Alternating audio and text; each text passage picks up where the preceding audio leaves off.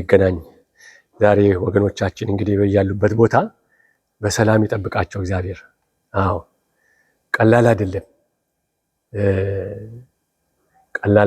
እግዚአብሔር ያንዳንዳችንን በጤና በሰላም ጠብቆ እዚህ በፊቱ እንድንሆን እና እንዲህ ደግሞ ወንድማችን እንደዚህ ሲጎበኘን ደግሞ ስለ በጎ ፍቃዱ መፈለግን ማድረግን በእናንተ የሚሰራ እግዚአብሔር ነው አለ ጳውሎስ። እና ስለ በጎ ፍቃዱ ይሄንን ያደረገ ማን ነው? እግዚአብሔር ነው። እዚህ እንድንሰበሰብ በሰላም በጤናና ጌታ እግዚአብሔርን እናመሰግናለን። ስለዚህ ዛሬ በተነበቡት ክፍሎቻችን ላይ በተለይ በአንደኛ ቆሮንቶስ ምዕራፍ 12 ላይ አተኩራለሁ። እግዚአብሔር አምላክ የተመሰገነ ይሁን። በአጠቃላይ ይሄ ከስላሴ እሁድ በኋላ ሶስተኛ እሁድ በኋላ ያለውን ቃል ስንመለከት ስለ ቤተክርስቲያን አንድነት ነው የሚናገረው። ስለ ቤተክርስቲያን አንድነት ነው የሚናገረውና በዚህ ነገር ላይ አተኩር ይሆናል። ጌታ አምላክ የተመሰገነ ይሁን። ቃሎቹን ስትመለከቱ ጌታም ያለውን የተናገረውን እንደገና ደግሞ በዚህ በመሳፍንት ውስጥ ያነበብነውንም እና አንደኛ ቆሮንቶስ ደግሞ ምዕራፍ 12 ላይ የሚናገረው አጠቃላዩ ስለ ቤተክርስቲያን አንድነት ይናገራልና እግዚአብሔር ይመስገን። እግዚአብሔር ቃሉን እንዲያስተምረን እናመስግን፣ እንጸልይ።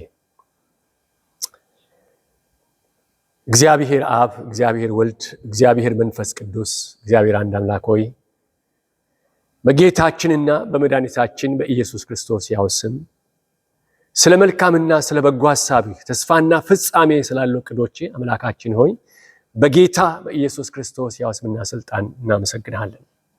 አባት ሆይ ያንዳንዳችንን ማኖርከን ስፍራና ቦታ ጠብቀ መርተ ታድገ ከክፉ ነገር ሁሉ ሰውረ ጌታ ሆይ ለዚህ ስላበቃህን በቤት ደግሞ መተን ጌታ እግዚአብሔር አምላክ ሆይ እንድናመልክህ እንደ ተስፋ ቃል መሰረት ጌታ እግዚአብሔር አምላክ ሆይ ሁለትም ሶስትም ሆናችሁ በስሜ በተሰበሰባችሁበት ስፍራ በዚያ በእናንተ መካከል እገኛለሁ ብለህ እንደተናገርክ መላእክት ልካለሁ አላልክም? ኢየሱስ አንተ በመካከላችን ስላለ እናመሰግናለን። ጌታ ሆይ ቃሉን ላከ፣ ፈወሳቸው፣ ከክፋታቸው ሁሉ አዳናቸው ተብሎ ጻፈው ቃል እውነት ነውና ቃልን በመላክ እንድትዳስሰን፣ እንድትጎበኘን፣ እንድታይን፣ እንድትፈውሰን በኢየሱስ ክርስቶስ ያው ስምና ስልጣን እንማጸናለን። ጌታ ሆይ የሚሰማኝ ግን በእርጋታ ይቀመጣል ከመከራም ስጋት ያርፋል ተብሎ ጻፈው ቃል እውነት ነውና አንተን በመስማት ጌታ ሆይ ከሚያስፈራን፣ ከሚያስደነግጠን፣ ከሚያስጨንቀን ነገር ሁሉ ጌታ ሆይ የማልፈውና ዘላለማዊ የሆነ ቃልን በመስማት ጌታ ሆይ በእረፍት እንድንኖር እንድትረዳን በኢየሱስ ስም እንማጸናለን። ጌታ ሆይ ቃልን አሰማን፣ እኔን ባሪያንም ደግሞ አስበኝ። በኢየሱስ ክርስቶስ ያው ስም አሜን። እግዚአብሔር አምላክ የተመሰገነ ይሁን። እንግዲህ ወገኖቼ ዛሬ ከእናንተ ጋር ለማየት የፈለኩት በዚህ በአንደኛ ቆሮንቶስ ቅድም በተነበበው ምዕራፍ 12 ከቁጥር 4 እስከ 6 አልፎ ደግሞ ከቁጥር 12 እስከ 27 ያለውን እንሰማለን። ጌታ የተመሰገነ ይሁን። የሰጠውት ርዕስ ደግሞ አንድ አካል አንድ መንፈስ በክርስቶስ አንድነት መኖር ነው ያልኩት። አንድ አካል አንድ መንፈስ በክርስቶስ አንድነት መኖር። ጌታ አምላክ የተመሰገነ ይሁን። ይህ እግዚአብሔር ባሪያ ቤተክርስቲያን ቆሮንቶስ ስትጀመር ብዙ ነገር ወደብ ስለነበረች ከአቴና የሚወጡ ብዙ ነገሮች ነበሩ፣ ከሮማም ደግሞ ብዙ ነገሮች ይመጡ ነበር። በዛ ውስጥ የእግዚአብሔር ሰው ሆኖ እነዚህን ወገኖች ማግኘት ቀላል ነገር አይደለም። እግዚአብሔር አምላክ የተመሰገነ ይሁን። ስለዚህ ካገኛቸው በኋላ ደግሞ እንደሚገባ አስተማራቸው፣ እንዲመሰረቱ በጥንቃቄ የእግዚአብሔርን ቃል አስተማረ። ወገኖች ያ የማልፈውን ያ ዘላለማዊ የሆነውን ቃል ሰምተው ሊኖሩበት የሚችሉበት አደጉ፣ ሰፉ፣ በዙ። ቆሮንቶስን ስትመለከቱ የመጀመሪያውን ብዙ ጊዜ ተናግር ያለውና በአገልጋዮቻቸው ምክንያት ተነሳ እንኳን ተከፋፍለዋል፣ ተለያይተዋል። ይገርማቸዋል። ጴጥሮስ፣ አጶሎስ፣ ጳውሎስ እያሉ እንደገና ደግሞ የክርስቶስ ነን እያሉ ምክንያት አብዝቶ ተከፋፈሉ። ጴጥሮስ ያሉት አይሁዳውያን ናቸው። ምክንያቱም ትልቅ አንድ ስብከት 3000 ነፍሳት ወደ ጌታ አምጥተዋል። አጶሎስ የሕግ ሰው ስለነበረ ደግሞ ሐዋርያት ያሳደጉት የእግዚአብሔር ሰው ስለነበረ ርቱ አንደበት ስለነበረ ግሪኮች ተነስተው ደግሞ የአጶሎስ ነን አሉ። ጳውሎስ ደግሞ በዜግነቱ በትውልዱ አይሁዳዊ ነው፣ በዜግነቱ ደግሞ ሮማዊ ስለነበረ ሮማውያን ተነስቶ ደግሞ የጳውሎስ ነን አሉ።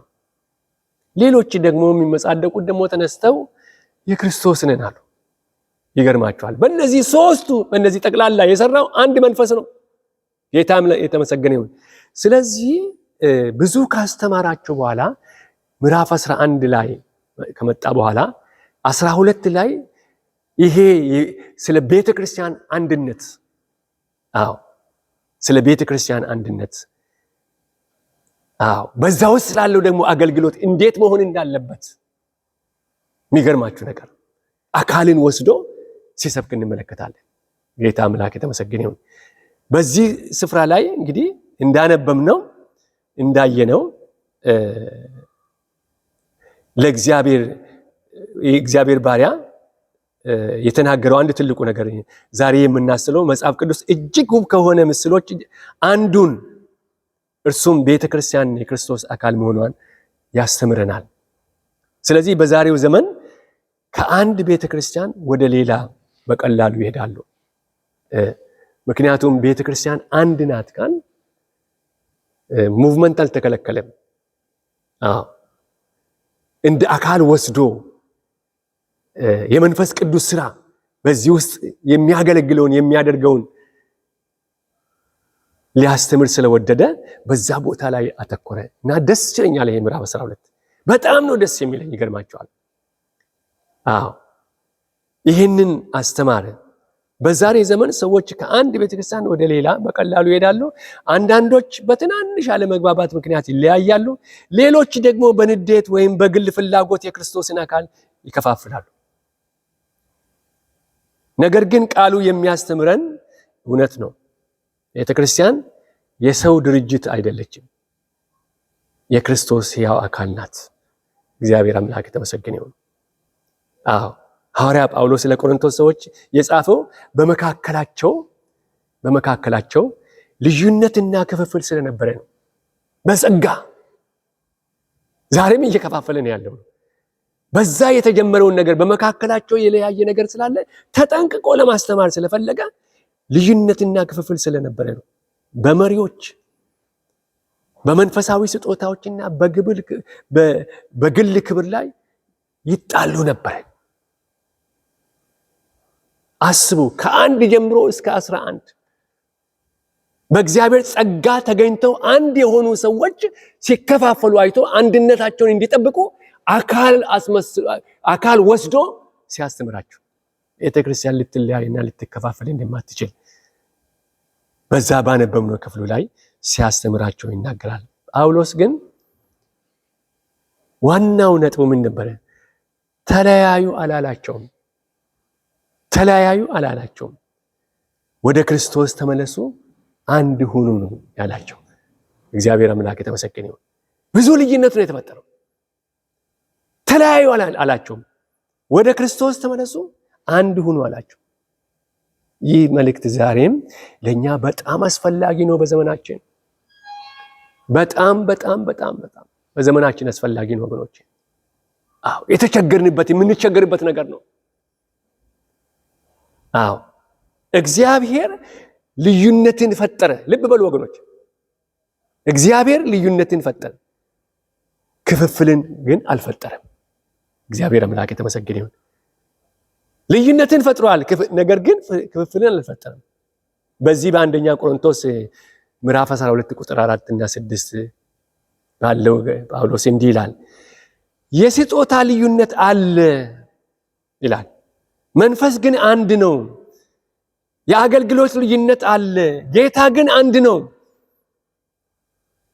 የሥራ ልዩነት አለ፣ በሁሉ የሚሰራ እግዚአብሔር ግን አንድ ነው ይላል። እግዚአብሔር አምላክ የተመሰገነ ይሁን። በዘመናችን በእነሱ ዘመን የተጀመረ ነገር ነው። አዎ ስለዚህ በሁሉ የሚሰራ እግዚአብሔር መሆኑን ይገልጻል። በአንድነት ይህን አካል ወስዶ ያስተምራል የእግዚአብሔር ሰው። አዎ ልዩነት የእግዚአብሔር እቅድ ነው ወገኖቼ። እግዚአብሔር ሁላችን አንድ አይነት እንድንሆን አልፈለገም። ሁላችን አንድ አይነት እንድንሆን አልፈለገም። አንዳንዶች ያስተምራሉ፣ አንዳንዶች ይሰብካሉ፣ አንዳንዶች ይዘምራሉ፣ አንዳንዶች ዝም ብለው ያገለግላሉ፣ አንዳንዶች የታመሙትን ይጎበኛሉ፣ አንዳንዶች ደግሞ በጸሎት ቤተ ክርስቲያንን ይደግፋሉ። እነዚህ ሁሉ ስጦታዎች ከእግዚአብሔር የመጡ ናቸው። እግዚአብሔር አምላክ የተመሰገነ ይሁን። አዎ ማንም የሚኮራበት ምክንያት የለውም። በተለያየ ሁኔታ ልናገለግል ያለን ሰዎች ነን። ያለን ሁሉ የጸጋ ስጦታ ነው። እግዚአብሔር አምላክ የተመሰገነ ይሁን። ያለን ሁሉ የጸጋ ስጦታ ነው። ስለዚህ ማንም ይላል ማንም እኔ ከሌሎች እበልጣለሁ ማለት አይችልም። እንዲሁም ማንም እኔ አልጠቅምም ብሎ መቅረት የለበትም። እግዚአብሔር ለእያንዳንዱ ሰው ቦታና አገልግሎት ሰጥቷል። ክብር ለስሙ ይሁን። አዎ የምናገለግልበት ለዚህ ነው። ተጠንቅቆ ችግራችን ይሄ ነው። በቃ የጳውሎስ ችግር ይሄ ነው። አስተምሯል። በጸጋ ስጦታ ተለያዩ። በእነዚህ ሰዎች በአገልጋዮች በዘር ተከፋፈሉ ወገኖች። ያን ሁሉ እያስተማረ እየመከረ እየመጣ አንድ እንዲሆኑ በክርስቶስ ይህንን እያመጣ መጣ። ማንም የሚኮራበት ምክንያት የለውም። ያለን ሁሉ የጸጋ ስጦታ ነው። ስለዚህ ማንም እኔ ከሌሎች እበልጣለሁ ማለት አይችልም።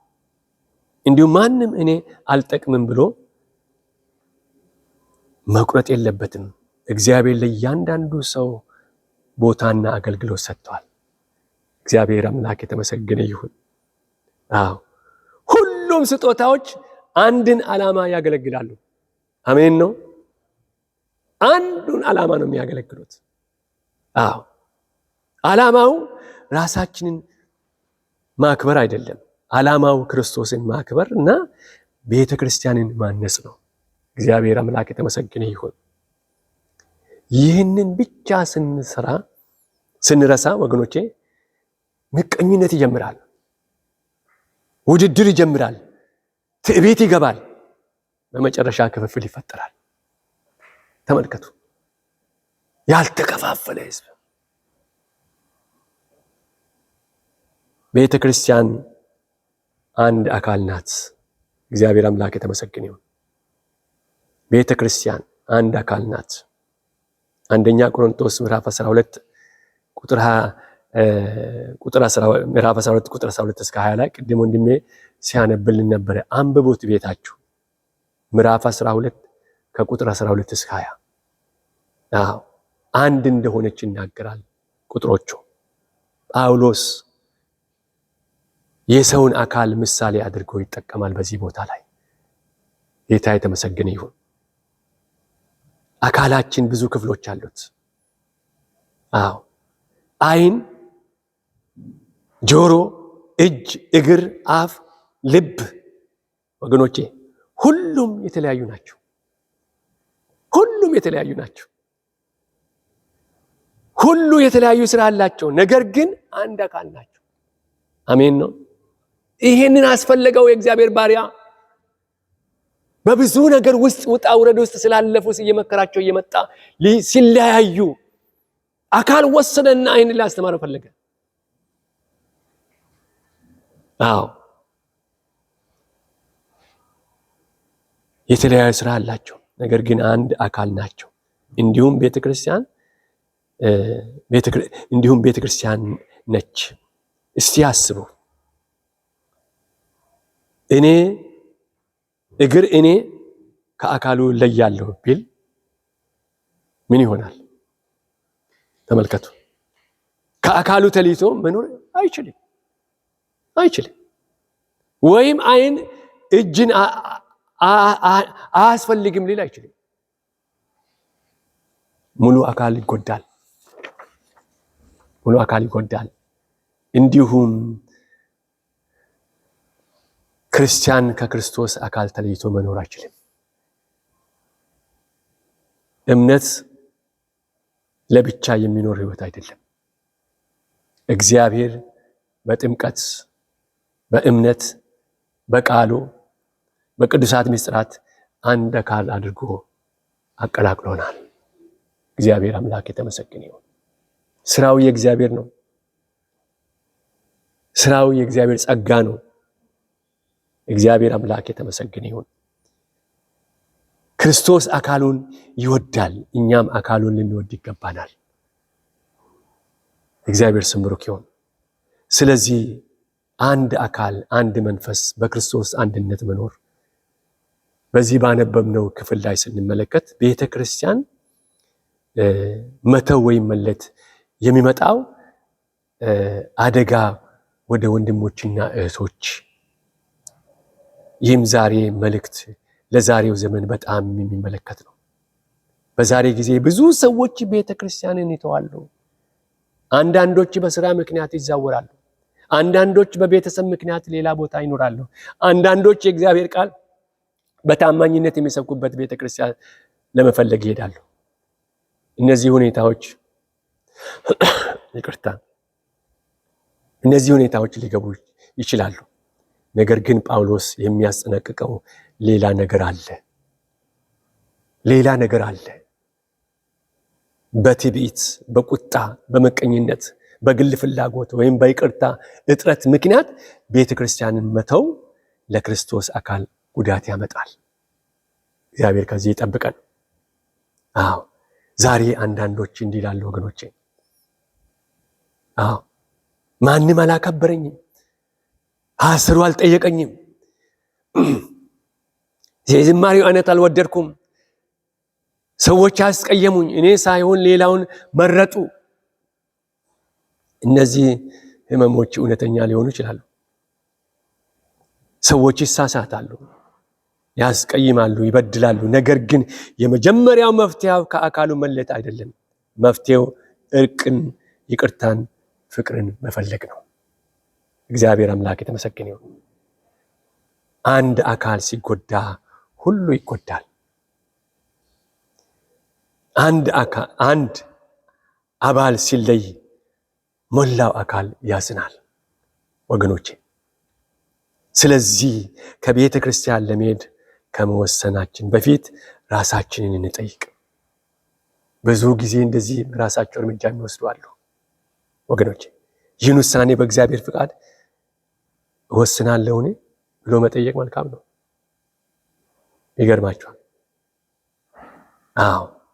ከወንድሜ ወይም ከእህቴ ጋር ለመታረቅ ሞክሬያለሁን ብሎ መጠየቅ ጥሩ ነው። ክርስቶስ ይቅር እንዳለን እኔ ይቅር ብያለሁ ወይ የሚለው ራስ መጠየቅ መልካም ነው። አንድነት እየገነባ ነው ወይስ ክፍፍልን ብሎ ማለት ነው መጠየቅ መልካም ነው። ይገርማችኋል። ከፍተኛ ጥንቃቄ የሚጠይቅ ነው። ይህንን ምሳሌ ወስዶ የእግዚአብሔር ባሪያ የሚያስተምርበት አንድ ትልቅ ዋናው ነገር ምንድነው? ሁሉ አካልን ስትመለከቱ ራሳችን ይገባናል። አሁን እጁንም እግሩንም ራሱንም ስንመለከት ይሄ ከገባኝ ቆይቷል ወገኖች። ገና እዚህ ምድር ከገባ በኋላ ከአንድ ሳምንት በኋላ ነው የገባኝ። በዚህ ነው የቆምኩት። ይገርማችኋል። ልዩነቱን ያለውን ነገር የነበረውን ግፋ አላለኝም፣ አንቀሳቅሰው ነው ያለኝ። እንዲቀራረብ አንቀሳቅሰው ነው ያለኝ። የራሴን ተውኩ። የሚገርማችሁ ነገር ስለዚህ የእግዚአብሔር ባሪያ ይሄ ምስጢር ስለገባው በሰፊው ይሄንን ነገር ያስተምር ነበርና ማንም አባል ይሄንን በጥንቃቄ ሊያውቅ ሊማር የሚችልበትን መንገድ የእግዚአብሔር ባሪያ ጠንቅቆ ሲያስተምር እንመለከታለን። ጌታ አምላክ የተመሰገነ ይሁን።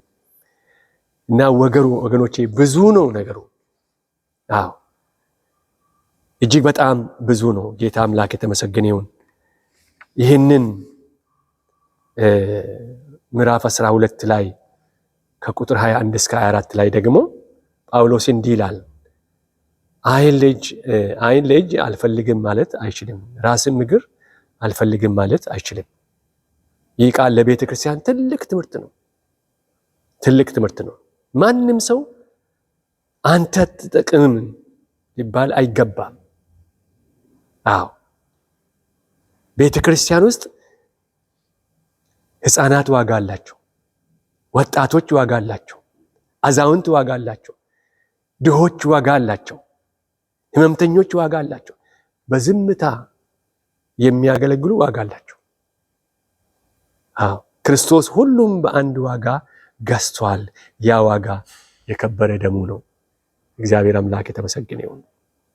አዎ ስለዚህ በቤተ ክርስቲያን ውስጥ ትልቅና ትንሽ የለም። ሁላችንም በክርስቶስ የተወደን የእግዚአብሔር ልጆች ነን። ይሄ በውል እንዲገባን ያስፈልጋል። በዚህ ምዕራፍ 12 ከቁጥር 21 እስከ 24 ላይ ይህንን ይናገራል። አላነበውም፣ አንብቡት እናንተ። በግልጽ ይናገራል ይህንን ነገር። ጌታ የተመሰገነ ይሁን። ይሄ ለክርስቲያኑ ሁሉ ሊገባ ያስፈልጋል ወገኖች። ክፍፍል የክርስቶስ ልብ ያሳዝናል። አዎ የክርስቶስን ልብ ያሳዝናል ክፍፍል። በዚህ በ12:25 ላይ የእግዚአብሔር ባሪያ ሲናገር ምንድን ነው የሚለው? 25 ላይ እንዲህ ይላል ወገኖቼ፣ ክብር ያላቸው ብልቶችን ግን ይህ አያስፈልጋቸውም። ነገር ግን ይላል ብልቶች እርስ በርሳቸው በትክክል ይተሳሰቡ ዘንድ እንጂ በአካል መለያየት እንዳይሆኑ የጎደለው ብልት የሚበልጥ ክብር እየሰጠ እግዚአብሔር አካልን አገጣጠመ ይላል። እግዚአብሔር አካልን አገጣጠመ ይላል። አካል ውስጥ ጳውሎስ በዚህ ስፍራ ላይ በአካል ውስጥ ክፍፍል እንዳይሆን ይላል። በአካል ውስጥ ክፍፍል እንዳይሆን፣ እርሱ ትንሽ ክፍል ይኑር አላለም። ክፍፍል እንዳይሆን ነው ያለው። ለምን? ምክንያቱም ክርስቶስ አንድ አካል ብቻ አለው። ጌታችን ኢየሱስ ከመስቀል በፊት እንዲህ ብሎ ጸለየ። ይገርማቸዋል። ሁሉ አንድ ይሆኑ አለ። ዮሐንስ ወንጌል ምዕራፍ 17 ላይ ስለ አንድነት ጌታ ኢየሱስ ክርስቶስ አላስተማረም፣ ጸለየ። ረጅም ጸሎት ነው የጸለየው። ሁሉ አንድ እንዲሆኑ። ይሄ የጌታችን ልብ ነው። እግዚአብሔር አምላክ የተመሰገነ ይሁን። የሱ ልብ ልጆቹ አንድ ይሆኑ ዘንድ የሚፈልገው ይሄንን ነበር። አዎ ዓለም የምታየው የኛን ፍቅር ነው። አሜን ነው። አዎ ዓለም ልታይ የሚገባው የኛን ፍቅር ነው። አንድ ስንሆን፣ ክርስቲያኖች ሲጣሉ፣ ሲከፋፈሉ፣ ሲያማርሩና ሲያወሩ የወንጌል ምስክርነትን ይደክማል ወገኖች። አዎ ነገር ግን ፍቅር ባለበት፣ ይቅርታ ባለበትና አንድነት ባለበት ቤተክርስቲያን ሰዎች ክርስቶስን በግልጽ ያያሉ። በግልጽ ያያሉ። አንድነት ማለት በሁሉ ነገር አንድ ሀሳብ መሆን አይደለም። በፍጹም አዎ በእውነት ውስጥ በፍቅር እንድንሆን መኖር ማለት ነው ወገኖቼ። በክርስቶስ ፍቅር ውስጥ በአንድነት መኖር ማለት ነው። እግዚአብሔር አምላክ የተመሰገነ ይሁን።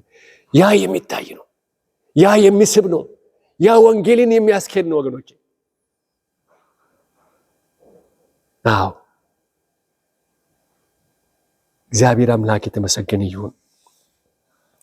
ስለዚህ ወገኖቼ እርስ በርሳችን እንድንከባበር ደግሞ ያስተምራል ሐዋርያ ጳውሎስ። ሐዋርያ ጳውሎስ እንዲህ ይላል፣ አንድ አባል እንድንከባከብ እርስ በርሳችን እንድንጠብቅ ይህንንም ደግሞ ያስተምራል። አንድ አባል ቢሰቃይ ሁሉም አባላት ከእርሱ ጋር ይሰቃያሉ ይላል።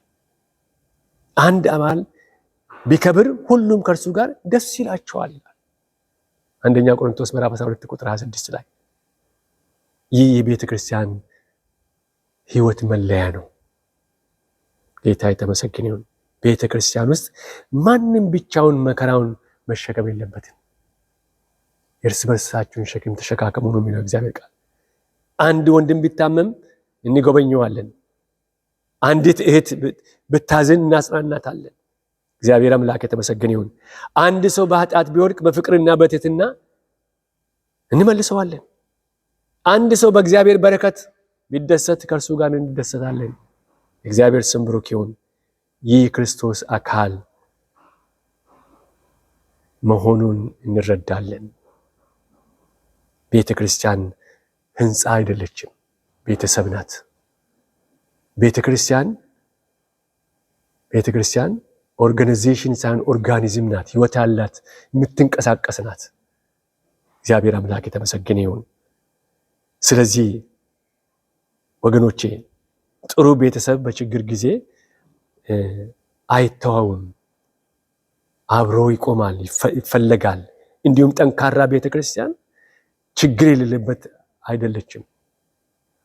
ችግሮቿን በፍቅር በእግዚአብሔር ቃል መፍታት ማለት ነው። ጌታ አምላክ የተመሰገነ ይሁን። ብዙ ነው በዚህ ሐሳብ ላይ የተዘጋጀሁትና ወደ ማጠቃለያ ብሄድ ደስ ይለኛል። እግዚአብሔር አምላክ የተመሰገነ ይሁን። ምክንያቱም እግዚአብሔር በዚህ በልቤ ሞልቶ ይሄንን ሳስብ ነበር። በጣም በዚህ ነገር ላይ መማር ያለብን ነገር ነው፣ መስራት ያለብን ነገር ነው። ጌታ አምላክ የተመሰገነ ይሁን። ምክንያቱም ሐዋርያ ጳውሎስ በመጨረሻ እንዲህ ይላል፣ እናንተም የክርስቶስ አካል ናችሁ። እያንዳንዳችሁም የዚህ አካል አባሎች ናችሁ። 12:27 ላይ ይህ ጥቅስ ሁለት ታላላቅ እውነቶችን ያስተምረናል። አንደኛ እኛ አንድ አካል ነን። ሁለተኛ ደግሞ እያንዳንዳችን የዚህ አካል አስፈላጊ አባል ነን። ስለዚህ ማንም እኔ አልጠቅምም አይበል። እንዲሁም ማንም ቤተ ክርስቲያንን አልፈልግም አይበል። እግዚአብሔር በጥበቡ በዚህ አካል ውስጥ አስቀምጦናል። እግዚአብሔር አምላክ የተመሰገነ ይሁን። ስለዚህ የተሰበሩ ግንኙነት ካሉ እርቅ እንፈልግ። እርቅ የላላውን ደግሞ እንድናጠብቅ። ከቤተ ክርስቲያን የራቀ ካለ በፍቅር እንመልስ። የደከመ ካለ እናበረታታ። የታመመ ካለ እንጎበኝ። አዲስ የሚመጡትን በፍቅር እንቀበል። የኛ ቤተ ክርስቲያን በፍቅር በትህትና በእውነት የተሞላች እንድትሆን ሰዎችም በእኛ ውስጥ ክርስቶስን እንዲያዩ እግዚአብሔር ይህንን አስተምሯል። ይህንን እንድንይዝ እግዚአብሔር ይርዳን ወገኖቼ። ስለዚህ ብዙ ነገር መናገር ይቻላል፣ ነገር ግን በዚህ ላይ ልተው እፈልጋለሁ።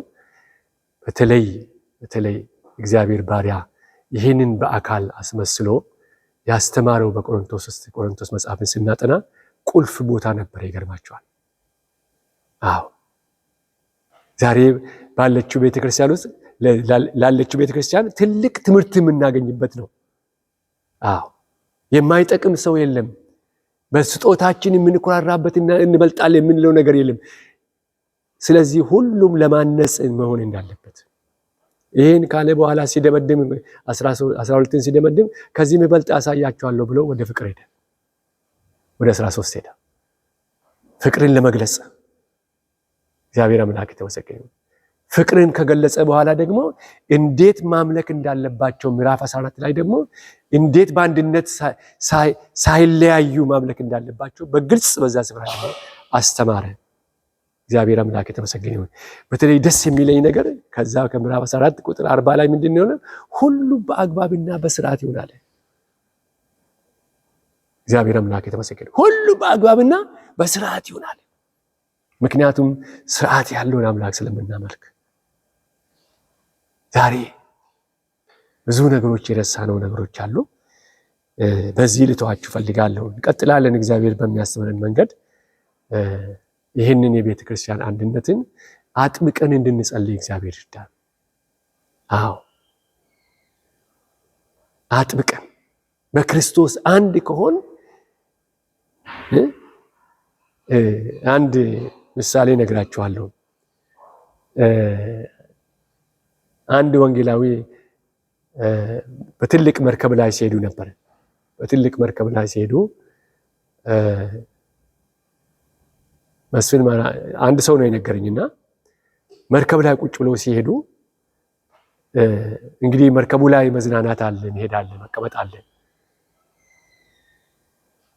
ይሄ ወንጌላዊ አንድ ቦታ ቁጭ ብሎ እዛው መጽሐፉን ከፍቶ ያነባል። አንድ ቻይናዊ ደግሞ እዛ ቦታ ቁጭ ብለዋል። እንደ አጋጣሚ አይናቸው አንድነት መጣ። ስለዚህ ያ ቻይናዊ ምን ይለዋል? ቋንቋ የለችም አለ። መጽሐፉን አሳየና ወደ ላይ አሳየ። ያ ወንጌላዊ ኢትዮጵያዊም ደግሞ አለና ወደ ላይ አሳየ። ከዛ ሄዶ ተቃቀፉ። ቃሉ የሰማያዊ ስለሆነ እንዴት አድርጎ መንፈስ ቅዱስ እንዳገናኛቸው ተመልከቱ። የማይገናኝበት ቦታ ላይ ቻይና ኢትዮጵያዊም ባይናገር ኢትዮጵያዊው አማርኛ ወይም ኦሮምኛ ባይናገርም የእግዚአብሔር መንፈስ ምን አደረገ? አንድ አደረገ። በውስጣቸው የጌታ ፍቅር ስላለ እንስማሙና እንዲቀባበሉ አደረገ። የእግዚአብሔር ስም ብሩክ ይሁን። ስለዚህ በዚህ ዘመን አጥብቀን እንድንጸልይ ወገኖች፣ አዎ የመጨረሻ ዘመን ነው እንላለን። አዎ የተረጋገጠ ነው፣ እሱ የማይቀር ነው። እሱ የመጨረሻ ዘመን መሆኑ የማይቀር ነው። ጌታ ተናግሯል፣ ቃሉ ይፈጸማል። የምናየው ደግሞ የቃሉ ማረጋገጫ ነው፣ የቃሉ ኤቪደንስ ነው። ግን በዚህ መካከል ሊሆን ያለውን እኛ ተጠንቅቀን እንድንሄድ አገልጋዮች፣ መሪዎች በቅርጫት ውስጥ እንቁላል ተሸክመው ሲሄድ እንደፈለገ አይሄድም። በጥንቃቄ ነው የሚሄደው። አንድ እንቁላል ጡብ ያለች እንደሆነ ትሰበራለች። ይሄ ሁሉ ሊሆን የሚችለው በቃሉ ላይ ስንጠበቅ ነው። ጌታ አምላክ የተመሰገነ ይሁን እና እግዚአብሔር አምላክ ይርዳን። አዎ ጌታ መንፈስ ቅዱስ ይርዳን። በዚህ ውስጥ ብዙ ነገር አለ ማዳመጥ እንድንችል ወገኖች። ውሃና እህላችሁ እዚህ ነው ብሎ የመጣ ቃል የተቀበልነው ያመንነው አሜን ነው። ስለዚህ አንድነታችንን በተቻለ መጠን ቃሉን በማስተማር እንድንጠብቅ ጌታ መንፈስ ቅዱስ ይርዳን። በዚህ ልተዋችሁ ፈልጋለሁ። እናመስግን፣ እንጸልይ። ታንክ ዩ የዘላለም አምላክ አባት ሆይ በልጅ በኢየሱስ ክርስቶስ በማመን የክርስቶስ አካል አባላት ስላደረከን እናመሰግናለን። አባት ሆይ በትዕቢት፣ በቁጣ፣ በመቀኝነት፣ በሐሜት ወይም በይቅርታ እጥረት የቤተ ክርስቲያንህን አንድነት ጌታ ሆይ በጎዳንበት ሁሉ ይቅር በለን። በመንፈስ ቅዱስ ሙላን ጌታ ሆይ እርስ በርሳችን እንድንዋደድ ምዕመናን ሁሉ ክርስቲያን ሁሉ ሸክማችንን እየተሸካከምን በእውነት እንድንጸና በአንድነት እንድንኖርና እንድናገለግል እርዳን። አባቶ የደከሙትን አበርታ፣ የተራቁትን መልስ ጌታው፣ የታመሙትን ፈውስ፣ የሚያዝኑትን አጽናና። ቤተ ክርስቲያንን ለዓለም ለፍቅር የእውነት ምስክር እንድትሆን አቁማት።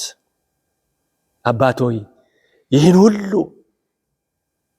በጌታችን በመድኃኒታችን በኢየሱስ ክርስቶስ ስም እንለምናለን።